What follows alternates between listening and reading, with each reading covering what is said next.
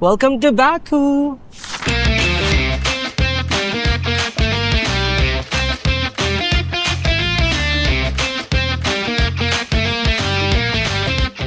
Hey guys, good morning. Ay, good afternoon na pala kasi mag-alas 2 na. Welcome to day 3 of solo traveling Azerbaijan. For today, there's nothing super crazy. We'll just go to a mountain na naglalabas daw ng fire. Wow. According to my balita. Kaya siya tawag na Fire Mountain. And we'll probably visit a market or a bazaar dito. Dito na aking driver, so we'll go na.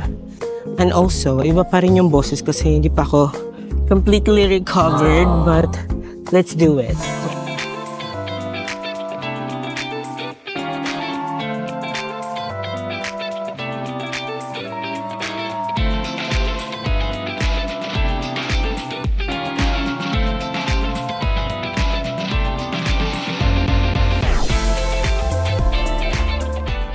Hey guys!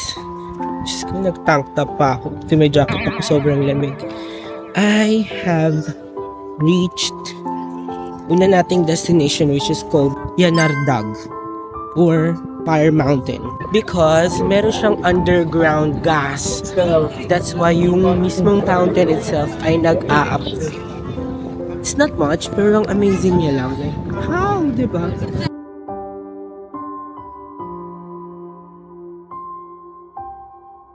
Guys, sa loob pa rin ng Yanardag, meron silang maliit na park dito. Papasok ka lang ng konti. And marami pa rin silang activities like horse riding. May nakita ako dun parang bike ata, electric bike na pwede mong i-hire. But kung gusto mo naman maglakad-lakad lang, enjoy ang view. Sa napaka-windy na klimang ito. Pwede din naman. Ang ganda ng mga little flowers. Ang lakas straight out of 90s cartoons. Alam mo yun? Yung mga heady, mga sedi, ganun. Parang ka naglalakad sa kanilang mga farmlands. Okay. Ang hangin!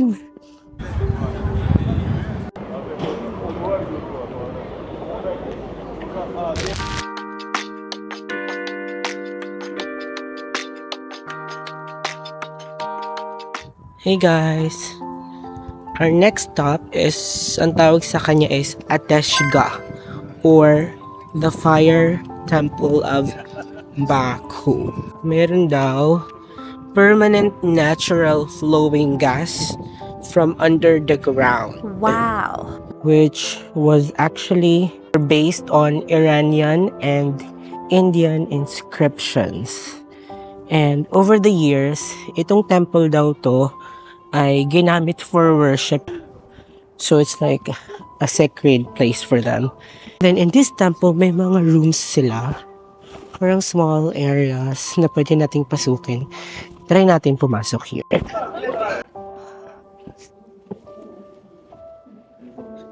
And it's gonna show you like, it's like parang museum na din. Like what happened, kung unang panahon.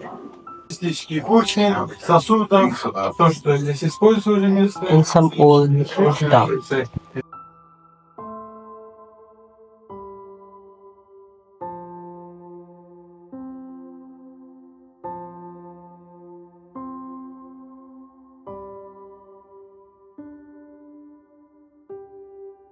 At some point, tumigil daw pala yung natural flames. So yung nakikita namin dito is coming from the pipes na. Kuya Kim, sino ka dyan?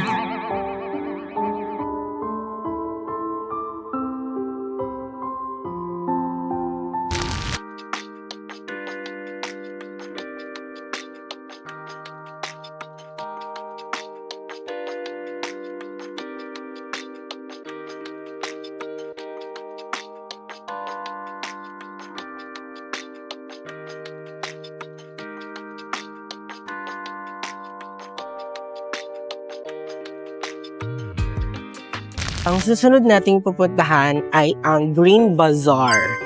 Basically, it's just a marketplace kung saan ka makakakita ng fish, fruits. Nakakamiss mamalengke. Hindi ko na maalala kung kailan ako huling namalengke. How much? Banana. 4? Thank you. Ang galing. Ito, bili tayo ng orange dito. Mukhang cute yung orange nila. How much is this? Orange. Orange. 7 adet mi var? Dito kay nanay tayo Forma bibili. var. 1 kilogram forma var. Thank you.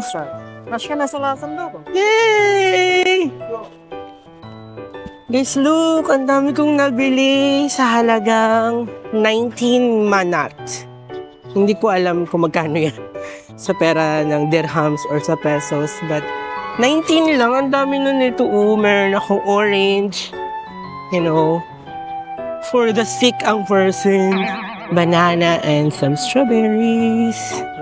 And now we're heading to our last spot for the day. And then we can rest after that.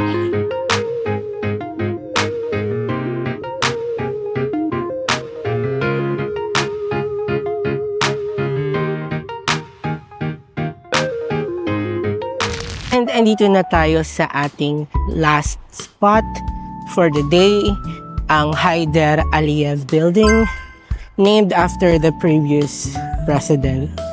And I think anak na niya ngayon yung current president ng bansa. Ito na yung entrance.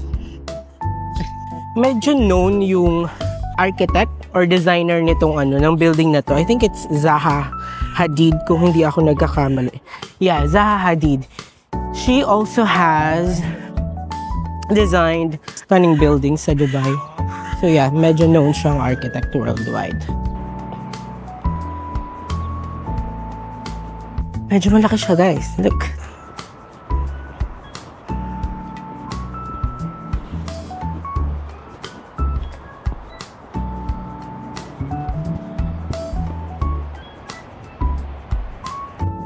Lakas ng hangin. Tatangayin ako.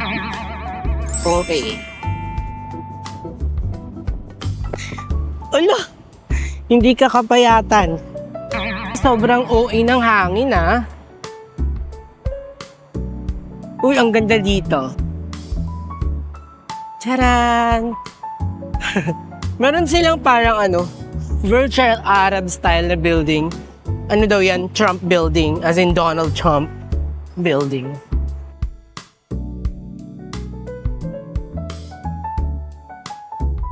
Dito sa likod ko ang Haider Aliyev Building. Pero ang pupuntahan ko is I Love Baku, which is nandun sa baba.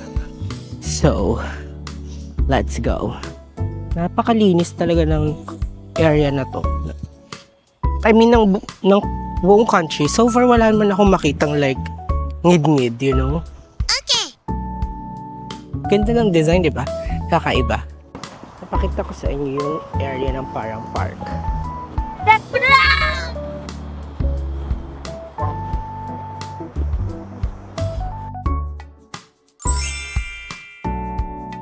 Matagal pa yung pinila ko kaysa sa mapunta ko dito. Galing ako dun, guys, sa may nakalagay na, ayan sa likod ko, I Love Baku sign, no? Tapos, napakatagal kasi may nag-away. Story time! At least, I got my shot. So, okay na ako dyan. Siguro mamayang gabi lalabas ako for a little nightlife. Kasi malapit na matapos yung bakasyon ko. So, tara natin mag-bar dito at kung anong mga nightlife eksenahan sa Azerbaijan. But for now, balik muna ako and mag-sleep. Hi guys! I just checked out of the hotel. And hindi na rin ako nakapag-update kagabi and kahapon kasi nga nag-inom ako. Ayan, very good. Masama lang yung pakiramdam nag-inom pa. Pero konti lang naman. But I feel so much better na. Papunta na kaming airport for my flight back to Dubai. Oh, mamimiss ko na this place. Nasisipangs na tuloy ako. Si Oe. But yeah, papunta na kaming airport. Update ko kayo later.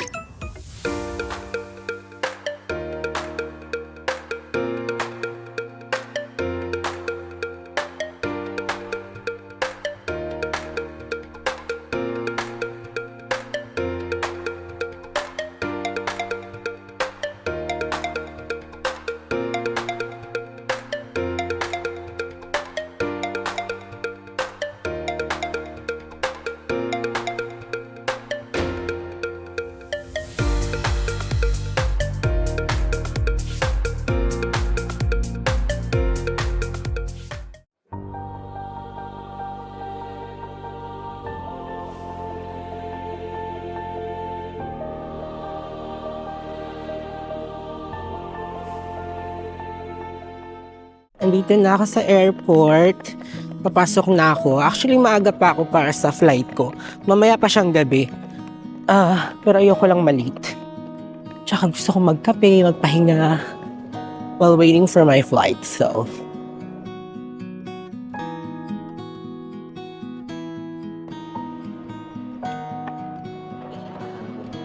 airport now. Nakakasad naman. Uwi na ako. Babalik na ako sa totoong buhay. Chars. It's currently 7:15 ng gabi and nandito na ako sa boarding area. Naghihintay na lang ako na umalis yung eroplano but it won't be until 3 hours from now pa naman. So, I still have a lot of time and feeling ko ito na yung perfect moment para i-share sa inyo kung ano yung mga realizations ko, mga lessons na natutunan ko all throughout this short trip. Oh, kala mo naman kung sino to si ano. But yeah, I just wanna feel like sharing it kasi malay mo, bumunta rin kayo dito and may matutunan din kayo. Let me start by saying, number 1 na kailangan yung i-check is kung ano yung mga requirements for Filipino nationals pagpupunta kayo dito sa Azerbaijan. Luckily for us Filipinos na nasa UAE na may Emirates ID, usually visa on arrival tayo. Pero parang merong specific number of days na dapat valid yung visa or Emirates ID mo para payagan ka nila mag-visa on arrival. Pag hindi pasok doon sa number of days, kailangan mo mag-apply for e-visa, which is kailangan mong i-apply sa mismong embassy. Correct me if I'm wrong, pero yun yung narinig ko sa airport staff. So yan yung number 1. Check all the requirements before coming para walang aberya pagdating sa airport. Kasi sayang naman lahat ng binook nyo, lahat ng pera na iginastos nyo, kung at the end of the day, hindi naman pala kayo makakalipad. Alright? Okay. So aside from that, ano ba yung mga nalaman ko dito sa Baku? Number 1, if I would recommend you guys to travel here, yes, 10 over 10. Pwede bang 100 over 10? Sobrang safe ng country, rich in history, maraming mga astonishing places na pwede kang puntahan, and overall, maganda siyang place talaga. Napakababait ng mga tao.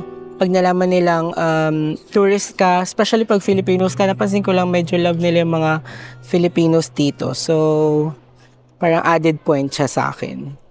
Pagdating sa bilihin do, medyo ngayon ko lang na-realize, so nasa airport na ako, medyo mas mahal siya than kung saan ako nanggaling, which is Dubai. Kasi for example, nung kahapon, namili ako ng fruits, right, sa Green Bazaar. I spent 19 manat, Azerbaijani manat, for those fruits. Pero pag in-convert ko siya into dirhams, that's like nasa 40, 41 dirhams. And honestly, sa Dubai, ang dami ko na mabibiling, kung fruits lang din naman ang dami ko na mabibiling fruits sa ganung halaga. Pero, nagets ko kasi ano yun kumbaga, hindi naman yun mall price. Kumbaga, ang binibili mo is talagang hard work ng mga taong, alam mo yun, nag-harvest, gumigising ng maaga, hindi ganun kalaki yung kinikita talaga. So, na-realize ko na okay na lang din kasi honestly, personally din, I would rather buy from someone na alam kong sila yung nag-harvest than sa mga commercialized na ng mga products. So, yeah, bilihin medyo mas mahal but honestly, okay lang. Number 3 is since parang maganda talaga yung country and nakaka-inlove talaga siya especially for, first-time visitors. Marerecommend mo ba na magstay here and mag-work? Kasi, siyempre tayong mga kabayan, we always explore for new opportunities, kung saan merong, alam mo yun, places or country na pwede mag-offer sa atin ng work. Usually, tinatry talaga natin, gina-grab natin yung opportunity. Honestly, sa mga nakita ko, sa mga staff na nakausap ko dito, parang not so. Of course, sa akin lang, opinion ko lang naman to. It's only because feeling ko hindi ganun kadali kumita ng pera dito. Yun yung naramdaman ko sa mga kwento nila. Hindi ganun kadali and parang lahat din ng bagay dito, halos lahat din ng galaw dito ay may, bayad. So, just like anywhere else, but still. So, parang perfect siya for traveling, for vacation, but for like actually living here and working, parang hindi masyado. Yun lang, observation ko lang naman. Again, observation ko lang yan. Sa food, wala kayong magiging problema masyado. Kung ayaw nyo yung mga local Azerbaijani food, which is trinay ko talaga na para sa akin masarap. Pero ako kasi, ang dali ko lang pakainin kaya wala talagang issue sa akin. Pero maraming fast food around, may KFC, may McDonald's. If you're someone na would rather go to those establishments than trying local spots, then go for it. Hindi ka masyadong mahirapan. But I'm just saying na kung itry mo man yung mga pagkain dito, I think may enjoy nyo siya kasi kakaiba siya, and at the same time para siyang comforting siya. Kaya na in love ako dito sa Baco. Let's talk about budget naman, kasi syempre isa yan sa mga main concern usually pag sinabing travel. Magkano yung ang budget na dala mo? Honestly, kung ang hotel mo ay meron ng breakfast included, malaking bagay na yun. Kasi usually naman pag nag-breakfast ka, hindi na, tos puro travel, sunod-sunod, buong araw usually yung kain mo is dinner na. And honestly dito, 20 manat sa isang dinner is okay na. So in short, kunyari, meron kang 3 days, meron kang 60 manat, you guys do the math. Kung meron kang 60 manat, feeling ko, okay na yun sa food mo kung yun lang yung gagastusin mo, ha. Pero syempre marami ka pang gagastusin, so depende sa'yo. Siguro kung dirhams yung pag-uusapan, labas ang tickets and labas ang mga visa fees, hotel trips, ganyan-ganyan. Pocket money, siguro for like 3 days, okay na yung 2,000 dirhams. Para sa akin parang sobra na nga yun eh. Yeah. And then, ano naman yung mga natutunan ko for traveling alone? Number 1, nakaka-boost talaga siya ng confidence. Lalo na kapag ikaw lang mag-isa, you will definitely know how to handle yourself, how to present yourself with other people, especially hindi mo mga kabayan, hindi mo mga kilala. Para nakaka-boost siya ng confidence. Kasi again, wala kang asahan. Number 2, you get to get out of your comfort zone. And napansin ko lang, that's when you truly actually know yourself better kapag lumalabas tayo sa comfort zone natin. So for example, kagaya ko, mag-isa ako nag-travel ngayon. Ang dami kong mga things na I never thought na gagawin ko or kakapalan ko yung mukha ko just because wala akong kasama. So napaka-liberating at kumbaga, yung freedom mo mabuboost kapag nag-travel ka alone. Isa pa is, of course, kapag ikaw lang mag-isa, wala kang ibang iisipin, sarili mo lang. For example, it's either kakain ba ako ng hotel breakfast today or sa labas na lang kakain. Alam nyo yun, kasi syempre pag may kasama ka, marami kang kailangan i-consider, marami kang kailangan kasamahan. Same goes to like mga activities na gusto nyong gawin. Syempre mga iba-iba tayo, may activities na gusto ka, may activities na hindi ako gusto. Pag ikaw lang mag-isa, syempre wala kang iisipin, wala kang ibang iintindihin kundi yung sarili mo lang. So ang sarap lang sa pakiramdam na kapag naging komportable ka all throughout your travel, ma-realize mo, ay, okay, ang sarap talaga pag ikaw lang mag-isa. May ganon. Number 4 also guys is you'll actually get to know more people kapag mag-isa ka. Kasi for this trip for example, ang dami kong mga nakausap dahil wala akong kasamang iba eh. Alam nyo yun? Unlike pag may kasama kang iba, usually tendency is yung focus nyo nasa inyo lang, sa circle nyo lang, intindihin nyo yung isa't isa, anong concern ng isa.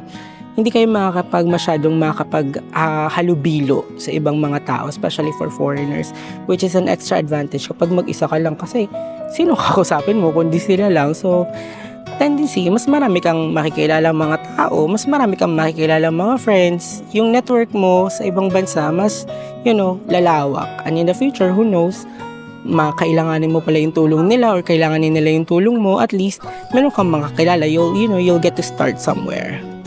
And number 5, which is feeling ko pinaka the best, is yung pasok ka sa banga. Pasok yung budget mo.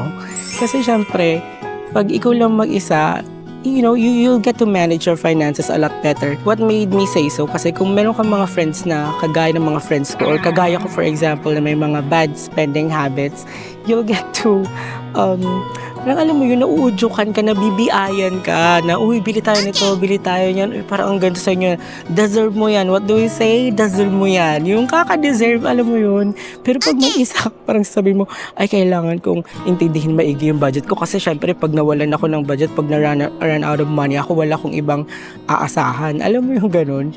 So, feeling ko, ano siya, magandang side to look into kapag magta-travel ka alone. So, yun lang. Marami pa for sure, pero those are like the best para sa akin na natutunan ko all throughout this travel. So, kaya kung naghahanap kayo ng sign na mag-travel alone, ako, baka ito na yung sign na mag-travel alone. At kung naghahanap kayo ng sign na mag-travel sa Baku, Azerbaijan, baka ito na rin yung sign na mag-travel kayo dito, kasi honestly, napakaganda talaga. So that's it for today's video, guys. Salamat sa pagsama sa akin sa aking 4-day journey dito sa Azerbaijan. I really appreciate you guys. And honestly, kung hindi ko kayo kasama, baka nabaliw na ako dito or baka nasad na ako kasi nga ako lang mag-isa. But since nandito naman kayo, kausap ko kayo via my camera, parang feeling ko somehow kampante ako at may kausap ako at hindi ako nag-iisa. So, thank you so much. That's it for today's video, you guys. If you like this whole journey with me, please don't forget to give this video a massive thumbs up. Subscribe or follow to my channel if you have not yet. And I'll see you on the next one. Salamat po!